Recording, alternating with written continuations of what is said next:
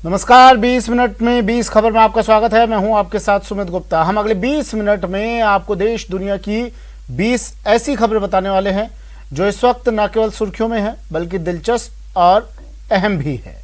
तो चलिए शुरू करते हैं 20 मिनट में 20 खबरों का सिलसिला। सबसे पहले देखते हैं राजस्थान की कौन कौन सी खबर इस वक्त अहम है। पुलिस की गिरफ्त में बेचारे नजर आ रहे ये दो शातिर हैं जिन्होंने कई लोगों को लाखों का चूना लगाया है। इन शातिरों को चूरू पुलिस ने दिल्ली से गिरफ्तार कर ठगी के एक बड़े नेटवर्क का भंडाफोड़ किया है। गिरफ्तार आरोपियों के मोबाइल और लैपटॉप में लाखों ग्राहकों के डाटा मिले हैं। दिल्ली से चलाए जा रहे इस नेटवर्क में शामिल ठग ऐसे लोगों को निशाना बनाते थे जिनकी इंश्योरेंस पॉलिसी बंद पड़ी हुई है। ये लोग बीमा कंपनियों से ऐसे लोगों का डाटा चुराते थे और फिर लोगों को इंश्योरेंस रिन्यू का झांसा देते थे। ये गिरोह अब तक कई लोगों को निशाना बना चुका है और करोड़ों की ठगी कर चुका है। गिरोह ने चूरू के सालासर के एक शिक्षक नेमाराम को भी अपने जाल में फांसा और 2016 से दिसंबर 2019 तक इंश्योरेंस पॉलिसी रिन्यू करने और प्रीमियम में 10% की छूट देने का झांसा देकर 95 लाख रुपए की ठगी कर ली। जिसके बाद जनवरी 2020 में नेमाराम ने केस दर्ज कराया। थाना अधिकारी अमित कुमार ने निजी साइबर एक्सपर्ट की मदद से मामले में तफ्तीश शुरू की तो चौंकाने वाले राज खोले। जिसके बाद पुलिस ने इस गिरोह के सदस्य शशि शेखर को उत्तर प्रदेश के गोरखपुर से गिरफ्तार किया और फिर उसकी निशानदेही पर दिल्ली से राहुल चौहान और शरद त्यागी नाम के जालसाजों को गिरफ्तार कर लिया गया। फरवरी 2021 में सिरवाना एसपी साहब के आदेश से मेरे द्वारा किया जा रहा है।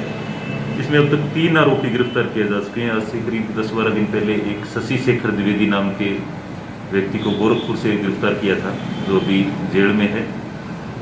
उसके तफ्तीश के आधार पर 2 आरोपी, इसमें से एक का नाम राहुल चौहान और दूसरे का नाम शरद त्यागी है। इनको ये उत्तर प्रदेश के रहने वाले हैं। इन दोनों को दिल्ली से अरेस्ट किया गया था, जिनको कोर्ट में पेश करके 4 दिन का पीसी रिमांड हासिल किया गया, जिसके संबंध में अनुसंधान जारी है।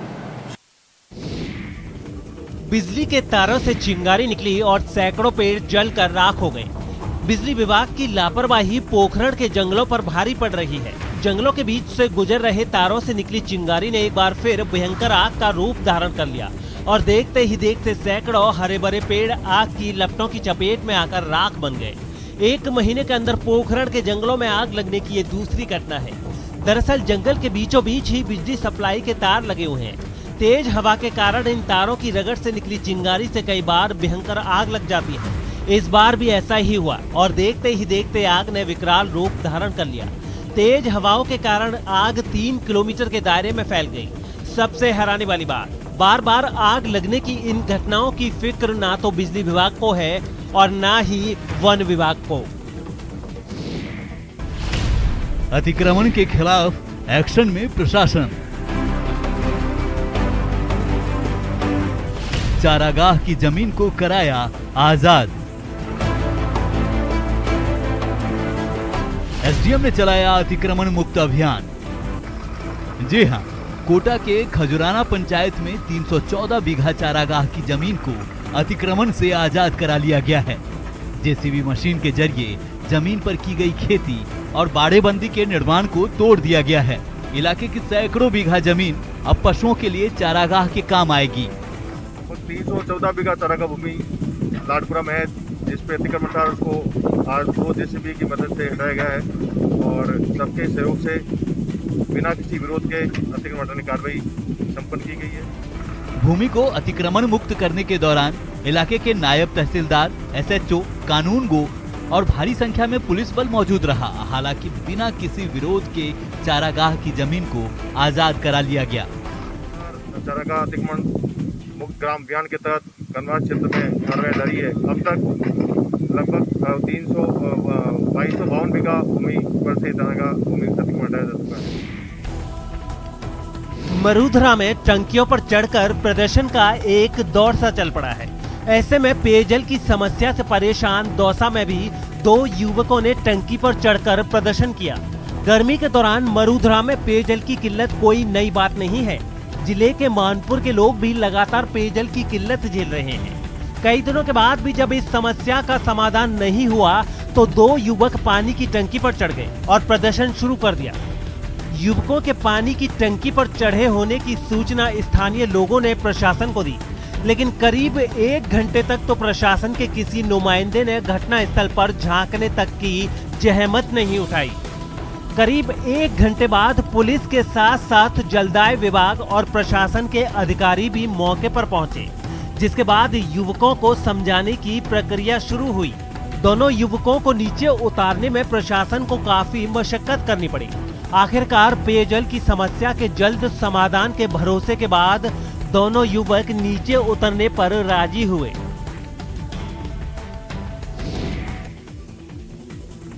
बेटियां अब बोझ नहीं है, बेटियां हमारा मान है, हर माँ बाप की शान है। बेटियों को लेकर समाज में जागरूकता लाने के लिए महिला अधिकारिता विभाग कई नवाचार शुरू करने जा रहा है। बेटी बचाओ बेटी पढ़ाओ अभियान के तहत शुरू किए जा रहे इस नवाचार में दौसा में बेटी के जन्म पर बेबी किट और बधाई संदेश दिए जाएंगे। साथ ही बेटी का जन्म होने पर कन्या वाटिका बनाई जाएगी। इस कन्या वाटिका में बेटी के माता पिता से पौधे लगवाए जाएंगे और उन्हें सार संभाल की जिम्मेदारी दी जाएगी। इसके अलावा जैसे ही स्कूल खुलेंगे और दौसा कोरोना फ्री होगा, गर्ल्स ओलंपियाड का भी आयोजन किया जाएगा। बेटी बचाओ बेटी पढ़ाओ को लेकर जिला टास्क फोर्स की बैठक में ये फैसले लिए गए हैं। कलेक्टर पीयूष सामरिया की अध्यक्षता में आयोजित इस बैठक में बेटी बचाओ बेटी पढ़ाओ की परिकल्पना को पूरी तरह से साकार करने का संकल्प लिया गया है। कलेक्टर साहब ने ये निश्चित किया है कि सभी बेटियों के जन्म पर एक बेबी किट के साथ में बधाई संदेश उनको दिया जाए, ताकि एक समाज में एक सकारात्मक वातावरण फैले। जैसे कन्या वाटिका के तहत जो बच्ची है कोई भी बच्ची पैदा होती है तो उसके माता पिता से पौधों का रोपण करवाना और उन्हीं के द्वारा उसका साथ संभाल करवाना। भक्तों और भगवान के बीच की दूरी अब खत्म होने लगी है। प्रदेश में महीनों से बंद मंदिरों के कपाट खुलते ही भगवान के दरबार में श्रद्धालुओं का तांता लगना शुरू हो गया है। सवाई माधोपुर के मंदिरों में भी बड़ी संख्या में श्रद्धालु पहुंच रहे हैं और दर्शन के साथ साथ पूजा अर्चना भी कर रहे हैं। शहर के रणथंभौर किले में स्थित त्रिनेत्र गणेश के मंदिर के कपाट भी श्रद्धालुओं के लिए खोल दिए गए हैं, जहां श्रद्धालुओं ने मंगला आरती में भाग लिया और गणपति के दर्शन किए। सवाई माधोपुर के ही बसवाड़ा कस्बे स्थित चौथ माता मंदिर को भी श्रद्धालुओं के दर्शन के लिए खोल दिया गया है। यहाँ भी मंगला आरती के साथ ही श्रद्धालुओं के पहुँचने का सिलसिला शुरू हो गया। हालांकि श्रद्धालुओं के लिए गाइडलाइंस भी बनाई गई हैं, जिसके अनुसार सोशल डिस्टेंसिंग के साथ सुबह 5 बजे से दिन में 4 बजे तक मंदिरों में दर्शन किए जा सकेंगे।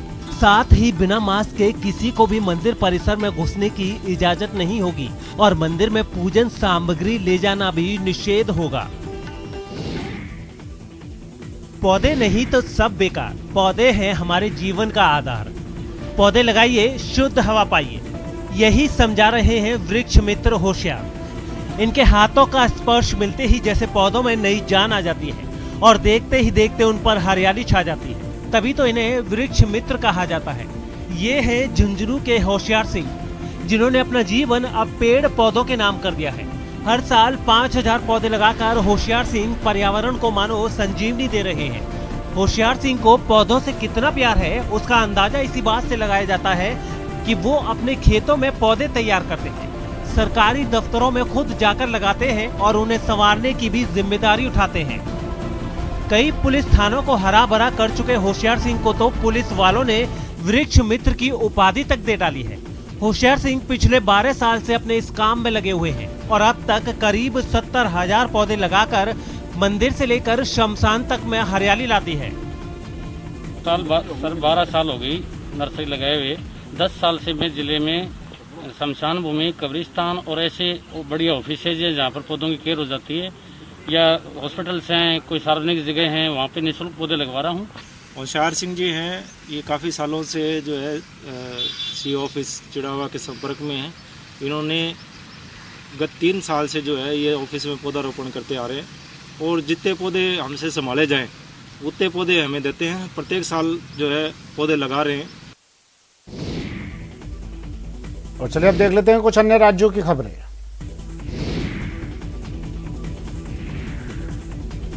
दर्दनाक हादसा सिरमौर जिले में हुआ, जहां बारातियों को लेकर जा रही एक गाड़ी शिल्लई में पॉश गैंग गांव के पास एक गहरी खाई में गिर गई।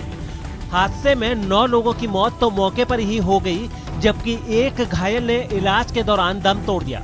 वहीं हादसे में घायल 2 लोगों का इलाज अभी भी चल रहा है, जिनकी हालत अभी गंभीर बनी हुई है। हादसे के बाद स्थानीय लोगों ने गाड़ी में फंसे घायलों को बाहर निकाला और पुलिस को खबर दी, जिसके बाद घायलों को अस्पताल में भर्ती कराया गया। हिमाचल में हुए इस दर्दनाक हादसे पर पीएम नरेंद्र मोदी ने दुख जताया है। पीएम ने ट्वीट किया कि हिमाचल प्रदेश के सिरमौर में दुर्घटना में गई जान से दुख पहुंचा है। उन्होंने पीड़ितों के परिवारों के प्रति सहानुभूति जताई है और घायलों के स्वस्थ होने के लिए प्रार्थना भी की है। मोदी ने मृतकों के परिजनों को 2-2 लाख रुपए प्रधानमंत्री राष्ट्रीय राहत आपदा फंड से देने की घोषणा भी की है। इसके साथ ही घायलों को 50,000 रुपए देने का ऐलान किया गया है। टेबल पर सजाकर रखी गई ये सिल्लियां पत्थर की नहीं है, बल्कि ये चांदी की सिल्लियां हैं, जिन्हें आरपीएफ ने 2 चांदी चोरों से जब्त किया है। ये कार्रवाई बिहार की राजधानी पटना में हुई, जहां आरपीएफ की टीम ने गाजीपुर हावड़ा स्पेशल एक्सप्रेसवे की बोगी A1 से 2 छात्रों को गिरफ्तार किया। दोनों के पास से चांदी की 10 ईंटें बरामद की गई, जिनका वजन करीब 19 किलो है और इनकी कीमत 12 लाख रुपए आंकी जा रही है। पुलिस को आशंका है कि चांदी चोरी की है और ये दोनों लोग हावड़ा में किसी व्यवसायी को चांदी की ईंट बेचने जा रहे थे। दोनों छात्र छपरा में ट्रेन में चढ़े थे। वहीं से आरपीएफ की एसआईटी दोनों पर नजर रख रही थी। जैसे ही पटना जंक्शन ट्रेन पहुंचने वाली थी, आरपीएफ की टीम ने दोनों से पूछताछ शुरू की। दोनों के पास टिकट नहीं थे। दोनों की तलाशी ली गई तो उनके पास से चांदी की ईंट बरामद हुई। लगभग मार्केट वैल्यू जो अभी का है उसके अनुसार लाखों की है ये। और ये जो जीएसटी वाले आए हैं और डीआरआई वाले आए हैं, तो ये लोग लगभग बताएंगे। लगभग 18 केजी है, 10 पीस है और एसटीएफ के लोग पकड़े हैं, आसनसोल आरपीएफ, और उनके द्वारा बरामदगी की गई है। बिहार में लॉकडाउन के बाद धीरे धीरे जिंदगी सामान्य हो रही है, लेकिन सरकार ने रात को लेकर गाइडलाइन जारी किया है। बावजूद इसके कुछ लोग नियमों को नहीं मान रहे। ये तस्वीरें हैं सहरसा की, जहां रात में रंग बिरंगी लाइट की चकाचौंध के बीच भोजपुरी गानों की महफिल सजी हुई है।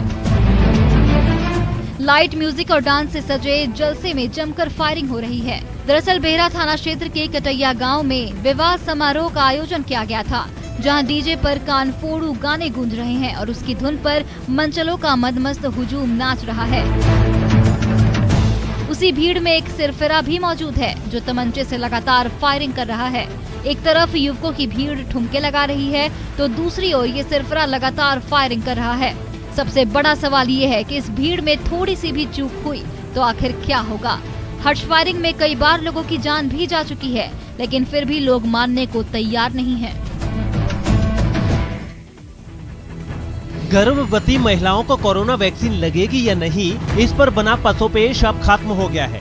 केंद्रीय स्वास्थ्य मंत्रालय ने गर्भवती महिलाओं को कोरोना का टीका लगवाने से जुड़ी गाइडलाइंस जारी कर दी है, जिसमें वैक्सीन को गर्भवती महिलाओं के लिए सुरक्षित बताया गया है और कहा गया है कि गर्भवती महिलाएं भी बिना किसी हिचकिचाहट के कोरोना टीका लगवा सकती हैं।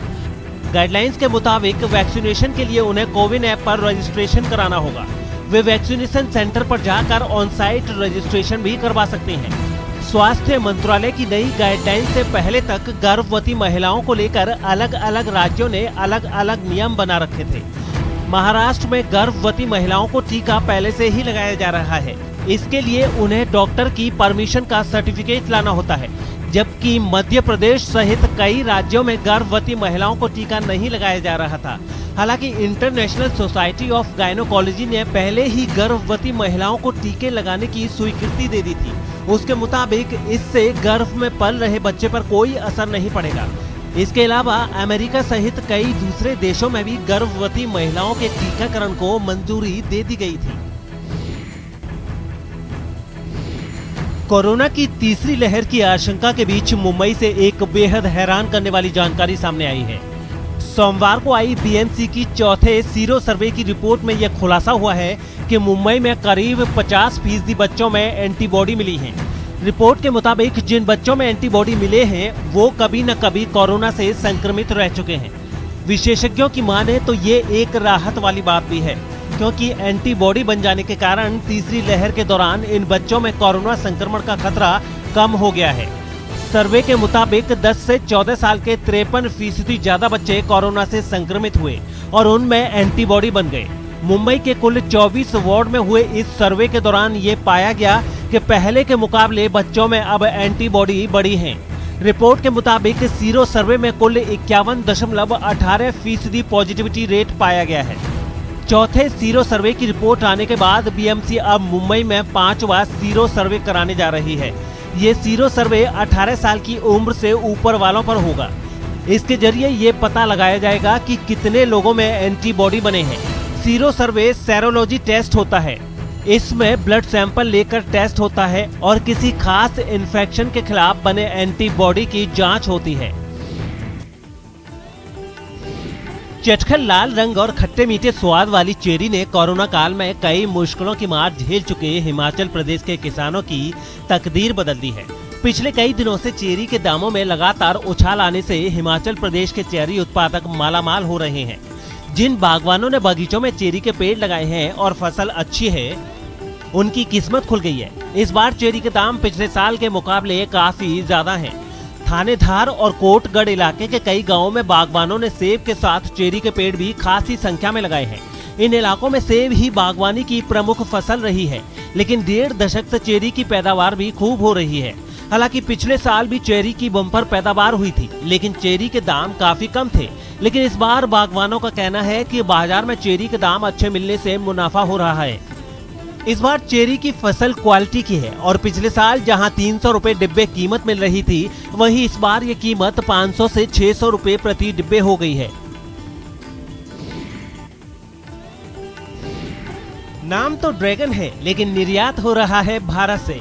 विदेशी प्रजाति के फलों का निर्यात को बढ़ावा देने के लिए फाइबर और खनिज से भरपूर ड्रैगन फ्रूट, जिसे कमलम भी कहा जाता है, कि पहली खेप दुबई को निर्यात की गई है। ड्रैगन फ्रूट की ये खेप महाराष्ट्र के सांगली जिले के तड़ासर गांव के किसानों से मंगाई गई थी। पहली बार ऐसा हुआ है जब भारत से किसी देश को ड्रैगन निर्यात किया गया है। ड्रैगन फ्रूट का उत्पादन भारत में 1990 के दशक में शुरू हुआ और इसे घरेलू उद्यानों के रूप में उगाया जाने लगा। लेकिन अब कई राज्यों के किसान ड्रैगन फ्रूट की खेती कर रहे हैं और इसकी लोकप्रियता भी तेजी से बढ़ी है। फिलहाल में ड्रैगन फ्रूट कर्नाटक, केरल, तमिलनाडु, महाराष्ट्र, गुजरात, ओडिशा, पश्चिम बंगाल, आंध्र प्रदेश और अंडमान और निकोबार द्वीप समूह में पैदा किया जा रहा है। सबसे बड़ी बात कि ड्रैगन फ्रूट की खेती में पानी की जरूरत काफी कम होती है और इसे अलग अलग किस्म की मिट्टी में भी उगाया जा सकता है। ड्रैगन फ्रूट की 3 मुख्य वैरायटी हैं, जिनमें पिंक स्किन के साथ व्हाइट फ्लैश, पिंक स्किन के साथ रेड फ्लैश और येलो स्किन के साथ व्हाइट फ्लैश शामिल है। 1 2 3 4 5 6 7 8 9 10 गिनते गिनते आप थक जाएंगे, लेकिन इस शख्स की डिक्शनरी में थकान नाम का कोई शब्द नहीं है। जहां आम आदमी 2-4 पुशअप में ही चारों खाने चित हो जाते हैं, वहीं इस शख्स ने बिना ब्रेक लिए अपनी पहली ही कोशिश में 1 घंटे में 1638 पुशअप लगाने का हैरत अंगेज कारनामा कर दिखाया है, वो भी नकल्स के सहारे। सोमवार को तमिलनाडु में लॉकडाउन में रियायत मिलने और जिम खुलने के बाद तुलसीनाथ अंजुता ने ये कमाल कर दिखाया। सिविल इंजीनियरिंग में मास्टर कर रहे तुलसीनाथ का वजन लॉकडाउन के पहले 90 किलो था, लेकिन लगातार कोशिशों के बाद उन्होंने अपना वजन कम किया। लॉकडाउन के दौरान ही तुलसीनाथ ने अपने एक प्यारे दोस्त को खो दिया, जिसके बाद तुलसीनाथ ने पूरी दुनिया को फिटनेस को लेकर जागरूक करने का निश्चय किया और लगातार प्रैक्टिस शुरू की। तुलसीनाथ ने कहा कि नकल्स पर पुशअप करना वाकई मुश्किल है, लेकिन मुझे विश्वास है कि मैं 1 घंटे में 2500 पुशअप का रिकॉर्ड बनाऊंगा। प्रतिभा अपना रास्ता खुद तलाश लेती है, इसे सच कर दिखाया है गया की छात्रा प्रतीक्षा ने। गया जिला स्कूल की 9वीं क्लास की छात्रा प्रतीक्षा सिंह ने कमाल कर दिया है।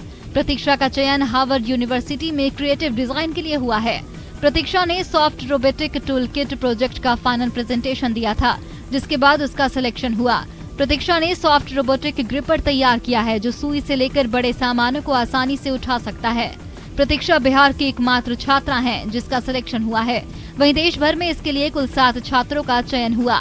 अब आगे एक और प्रतियोगिता होगी जिसमें 7 छात्रों के बीच जिसका चयन होगा वो हार्वर्ड यूनिवर्सिटी में रिसर्च कर सकेंगे। मेरा प्रोजेक्ट है एक ग्रिपर जो कि किसी प्लेन या छोटे चीज़ों को उठा सकता है, और ये इसमें एक फिनेंगल है और एक रेसिस्टर है, और ये बहुत सारी जगह जैसे कि फैक्ट्रीज और स्पेस में काम कर सकता है।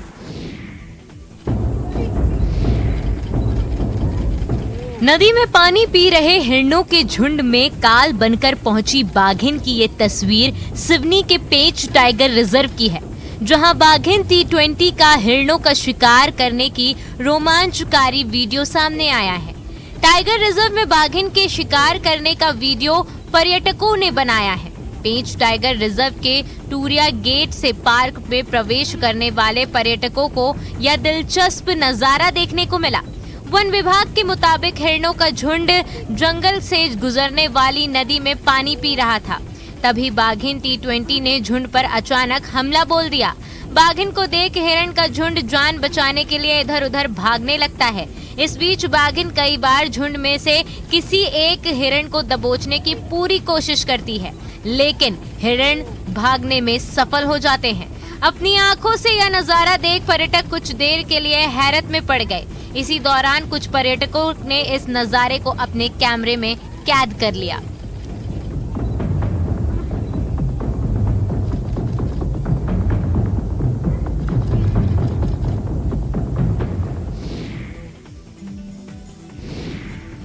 जून की चिलचिलाती गर्मी में भीषण कोहरे की ये तस्वीर छत्तीसगढ़ के शिमला कहे जाने वाले जशपुर जिले की है। जिले के पठारी इलाके में लगातार हो रही बारिश से जून महीने के अंतिम दिन में कुदरत का यह करिश्मा देखने को मिल रहा है। लगातार हो रही बारिश से पठारी इलाके में मौसम सुहावना हो गया है। यहाँ के पहाड़ी इलाकों में चारों तरफ घना कोहरा छाया है।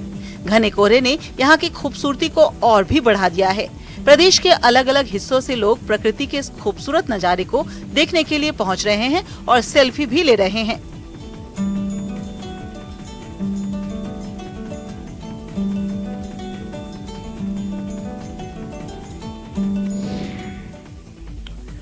और चलिए अब देख लेते हैं कुछ अंतर्राष्ट्रीय जगत की खबरें। मध्य अमेरिका देश कोस्टा रिका के लाइबेरिया से एक चौंकाने वाला वीडियो सामने आया। वहां एक पुराने ज्वालामुखी में अचानक विस्फोट हो गया। बताया गया कि ज्वालामुखी पिछले कई महीनों से शांत था, लेकिन अचानक एक जोरदार धमाके के साथ ये एक बार फिर फट गया। तस्वीरें हम आपको दिखा रहे हैं कि ये धमाका कितना जोरदार था, और इस घटना का एक वीडियो भी सामने आया जिसमें इस शांत ज्वालामुखी में धमाका होता नजर आया। तस्वीरें देखने पर एक बार तो ऐसा लगा जैसे वहां कोई बम धमाका हुआ हो। विस्फोट के बाद ज्वालामुखी से निकलने वाली राख और पत्थर आसमान में काफी ऊंचाई तक फैल गए। धुएं और गैस के गुबार ने आसपास के बड़े इलाके को ढक लिया। वैज्ञानिकों के मुताबिक ज्वालामुखी से निकला लावा उसके मुहाने से करीब 2 किलोमीटर की ऊंचाई तक फैल गया। ज्वालामुखी में हुए विस्फोट के बाद लोगों को वहां से दूर रहने की हिदायत दी गई। इटली में जोर शोर से गे प्राइड 2021 का जश्न मनाया गया, जिसके लिए हजारों समलैंगिक और उनके समर्थक सड़कों पर जुटे। ये जश्न एक ऐसे समय हुआ जब वेटिकन समलैंगिक लोगों के लिए लाए जा रहे खास बिल का विरोध कर रहा है, जिसके खिलाफ ये लोग सड़कों पर उतर आए और हाथों में सतरंगी झंडे और प्लेकार्ड थामे इन लोगों ने प्राइड परेड में हिस्सा लिया। मिलान की सड़कों पर जुटे ये लोग वहां चल रहे म्यूजिक की धुन पर नाचते झूमते नजर आए। पिछले साल कोरोना की वजह से प्राइड परेड रद्द हो गई थी, लेकिन इस साल लोगों ने इसमें बढ़ चढ़कर हिस्सा लिया। वहीं इटली के रोम में भी कुछ ऐसा ही नजारा देखने को मिला, जहां हजारों समलैंगिक और उनके समर्थक इसमें शामिल हुए। इस दौरान इन लोगों ने पोस्टर और प्लेकार्ड पर लिखे संदेशों के जरिए देश के दूसरे नागरिकों की तरह सम्मान से जीने के अधिकार की मांग की। दीजिए इजाजत, नमस्कार।